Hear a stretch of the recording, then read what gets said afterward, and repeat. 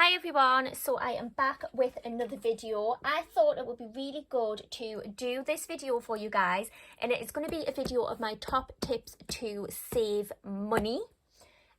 These may work for some people, they may not work for others, but I thought I would share tips that I use to save myself money.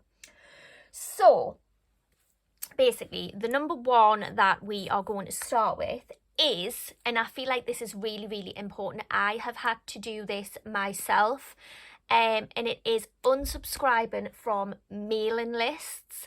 And you might be thinking that just sounds absolutely stupid, but honestly, I used to get emails left, right and centre from mostly kind of beauty and makeup places, and that is kind of my career. I do have a keen interest in makeup, beauty, things like that. But the amount of emails that I used to get coming through saying 20% off this, oh, we have a sale here, if you buy this, you get this free. And it's all kind of a marketing ploy to kind of suck you in and make you buy things. Don't get me wrong, I did used to love it when those emails come through. Everybody loves a sale, who doesn't? But if you are truly, truly trying to budget and trying to save money, those types of emails are really not going to be beneficial for you. I know I was kind of easily led into buying like many years ago. I just never really used to think about long-term effects of saving and things. Obviously I am a mum, I do have kids, so I'm a lot more into that now. So yeah, I mean, I used to just spend money for fun. If I got a sale email, I'd be like, oh yeah, 20% off, let's go and order this, this, this and this. And that is not what you want. So my number one would be unsubscribe from email lists, like mailing lists. So I'm just going to write them down as I go, and then you can kind of pause the video or screenshot it or whatever you want to do with it if you feel like any of these little tips and tricks will help you. So that is my number one, and I can safely say from personal experience, it has helped me out a lot. I mean, don't get me wrong, I do still get a load of emails and I kind of like getting them, but I'm a little bit more in control of my money now. If you have the willpower to kind of look at them and be like, nope, I don't want them, I'd rather save the money, then keep your mailing lists, but I highly recommend deleting quite a chunk of them. But yeah, you guys decide on that. The next one that I'm going to talk about is like purchasing. If you're going to go and make a purchase for yourself, we'll put it down as impulse buys. Okay, an impulse buy I feel like is never good. I always tell myself now, if I am going to buy something, I kind of sit on it for a couple of weeks. Like if I think, oh, I want that, I'm trying to think of an example, I want that new perfume. Usually, like a couple of years ago, I would just go out and I would just buy that perfume. I would not think nothing of it. But now I kind of think, do I really want that perfume? Do I need that perfume, or do I just want it? So I would rather sit on the product for a week or 2 weeks, and at the end of those weeks, if I still want that product and if my budget allows, I will allow myself to get that product. I just feel like if you have a reasoning with yourself, you can kind of more often than not talk yourself out of it more than you can. Obviously, this is going to be easier for some people compared to others. And like I say, a couple of years ago, I wouldn't even think about it. I would have just bought it. So yeah. So obviously, like impulse buys, if you're out and you see something you think, oh my God, I really want it, I would highly, highly suggest you really, really think about it. Like I say, sit on it for a couple of weeks, and if you're still thinking about it in a couple of weeks, then by all means, if your budget allows it, go back and get that item that you wanted. So yeah, really, really think about when you're going to go out and impulse buy. So next one that I am going to talk about is selling unwanted items. So this is a great one for everyone. I'm sure a lot of us have a lot of unwanted items around the house. I know I do. Obviously I do have children as well. So when they grow out of their clothes and things, I always kind of sell those. And it does bring an extra income in, which is always good because kids always need clothes again. So this is another one. And when I say sell unwanted items, it doesn't just have to be children's clothes. It can be anything from around your house or whatever. Like, I've sold furniture in the past, I've sold clothes, I've sold makeup items. I've literally sold anything that I don't want.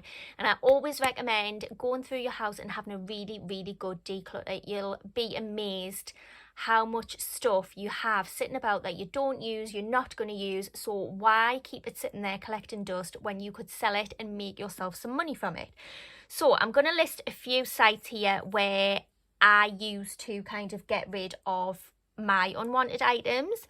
So the first one that I think is really good is Facebook Marketplace, and I think this is really good because it attracts a lot of buyers in your area. So they could just come to your door and obviously pick the items up. Obviously just do follow safety rules and things if you are doing that. But Facebook Marketplace is a top one for me, and I have sold a lot of things on Facebook Marketplace. Then we have Depop. Now, Depop is good as well, and I have sold things on Depop, but just remember that there are fees involved with Depop. I think Depop takes 10% of your sale price. So if you sold something for £10, they would take £1, but then the buyers pay through PayPal, and obviously PayPal takes a fee as well. So just kind of work out how much you want to price your items for and enable it to kind of cover your fee and your PayPal fees, if that makes sense. Then another online site that we have is Vinted. Now, I have actually been liking Vinted lately. I'm still quite new to it, but there are no fees with Vinted. So if you haven't already checked that out, and as far as I'm aware, it is worldwide.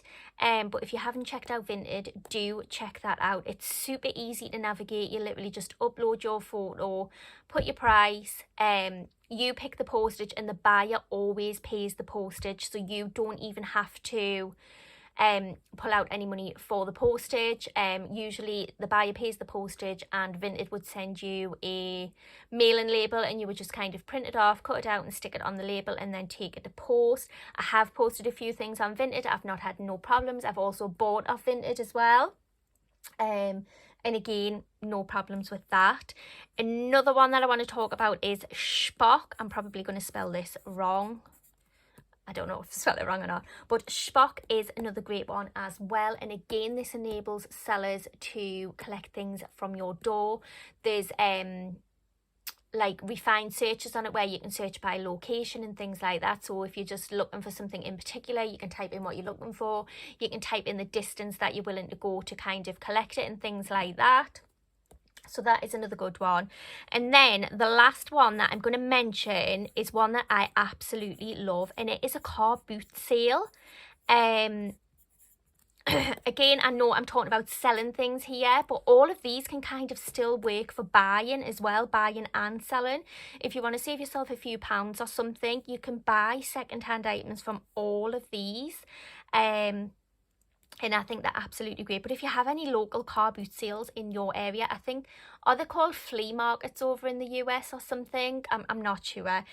So I'll put like car boot sales and charity shops, because charity shops are another great one. And I don't know about you guys, but I love charity shop shopping. So does my mum. I think I'm actually due a little day out with her, bless her. She's been through a lot lately. So yeah, car boot sales and charity shops. Obviously you can't sell in a charity shop. You can donate things and the charity shop would sell them, but you can go and buy in a charity shop. So yeah, I think that's fantastic. I have actually had a car boot sale before, and I didn't make, I'm not going to say I made a massive great deal. Obviously, I did have to pay £15 to have a table there, which I think is extortion anyway, but nonetheless, I paid it. And I think I made something like 60 something pound, or let's say like £67. But it was all stuff that I didn't want. I wanted to declutter the house, make room in the house. So I still made about £67, and I got rid of stuff that I didn't want. So I do really suggest all of these to buy or sell, and you will save yourself some money.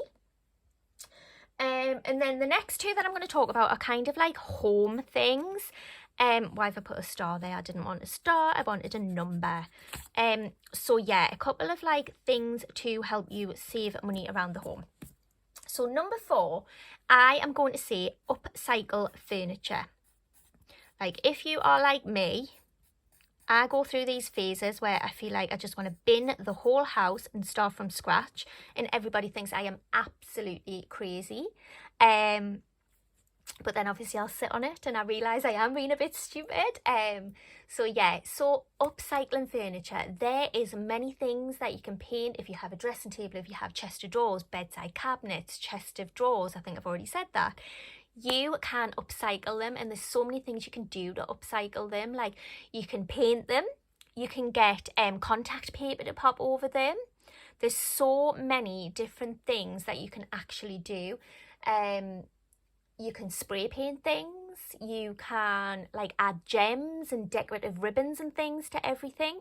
So if you're looking at your furniture and thinking, oh god, it's dropping to bits, it looks a bit shabby, like, I urge you to actually sit down and really look at it before you go out and spend hundreds of pounds on a new piece of furniture. Have a look at it and think, can I actually paint it? Can I add contact paper to it to cover it? Maybe it's a desk, maybe it's like a dressing table and it's got makeup marks or something on it. If it doesn't clean off, get some contact paper. I've seen some beautiful pieces of furniture where people have put like marble contact paper over the top, and the item literally looks brand new.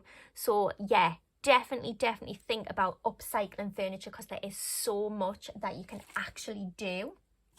And then the last one that I got here, again, this is another home one, but it's gonna kind of, it's food. So basically, if you're looking to save money on food, I would definitely recommend meal prepping.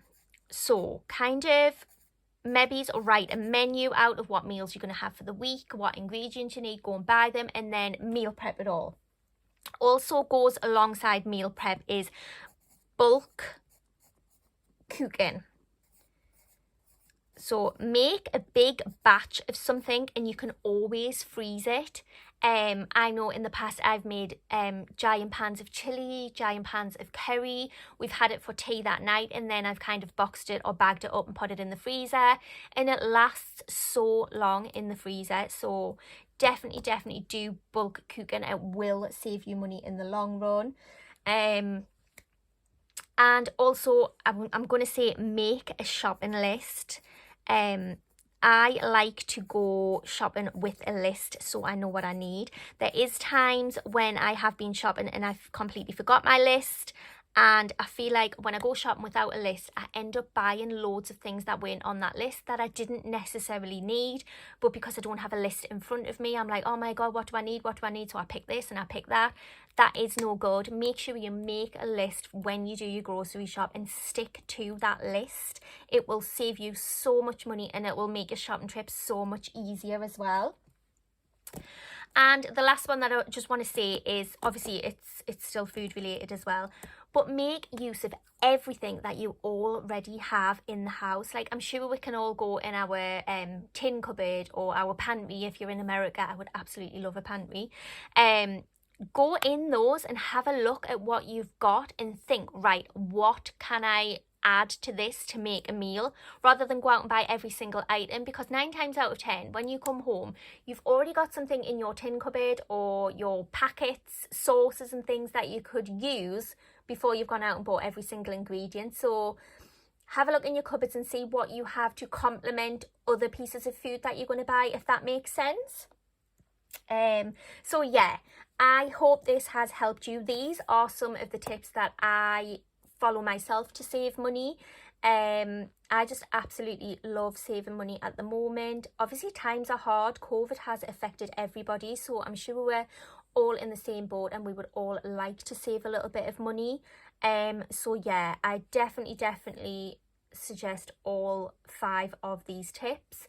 And obviously I did this video to kind of help you out. We are all here to help everybody out. The love that I get on my channel is really great as well. I'm so thankful for it. So like I say, we are all here to help each other. So if you guys are watching this and you have any other tips that I haven't covered in this video, please comment down below and leave them in the comments for everybody else to read. And obviously I'll read them as well. You guys might have some tips that I haven't touched on here that you think, you know what, she will really benefit from this tip. So yeah, like I say, it is just a really nice community here. So if you have any top tips for saving money, pop them down below And yeah, that is it for this video, guys. I hope you have enjoyed it. If you have any questions or comments, pop them down below and I will get back to you as soon as I possibly can. Thank you so much for watching, everyone. Bye.